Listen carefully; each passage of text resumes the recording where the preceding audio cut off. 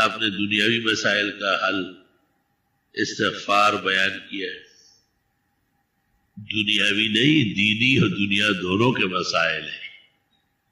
سورۃ انفال میں اللہ نے استغفار سے اللہ گناہ بخش دے گا۔ یرسل السماء علیکم مدرارا، باران رحمت موسلادھار برسے گا۔ وَيُمْدِدْكُمْ بِأَمْوَالٍ وَبَنِينَ، مدد کر دے گا تمہاری مال اور بیٹے دے گا۔ وَيَجْعَلْ لَكُمْ جَنَّاتٍ، اور تمہیں جنتیں دے دے گا۔ وَيَجْعَلْ لَكُمْ أَنْهَارًا، نہریں جاری کر دے گا۔ مَا لَكُمْ لَا تَرْجُونَ لِلَّهِ وَقَارًا، تمہیں کیا ہوا ہے کہ اتنی بڑی بات کو سمجھتے نہیں؟ کہتے ہیں کہ اگر حضرت علی رضی اللہ عنہ، حضرت حسن بصری، شیخ عبد القادر جیلانی، معین الدین چشتی، سارے مل کے ان سے 100 مرتبہ کوئی مانگے، اس سے بڑھ کر وظیفہ نہیں مانگتے۔ یہ سب سے اعلیٰ وظیفہ جو اللہ خود دے رہے، استغفار کا۔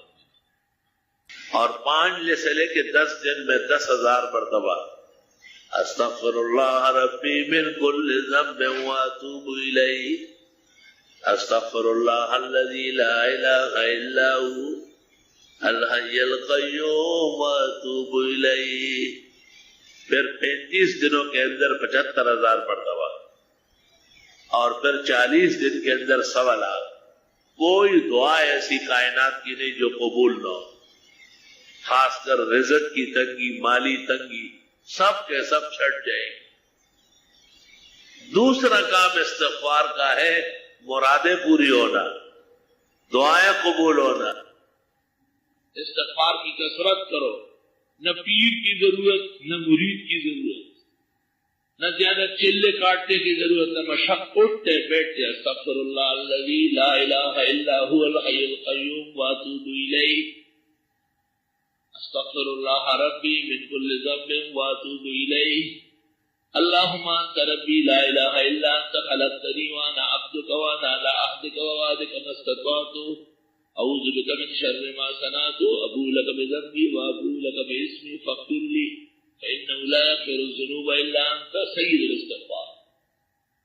کچھ نہیں پڑھتے، وَلَا کنڈ زویا یسخ بویا، استغفر اللہ ربی استغفر اللہ ربی استغفر اللہ ربی۔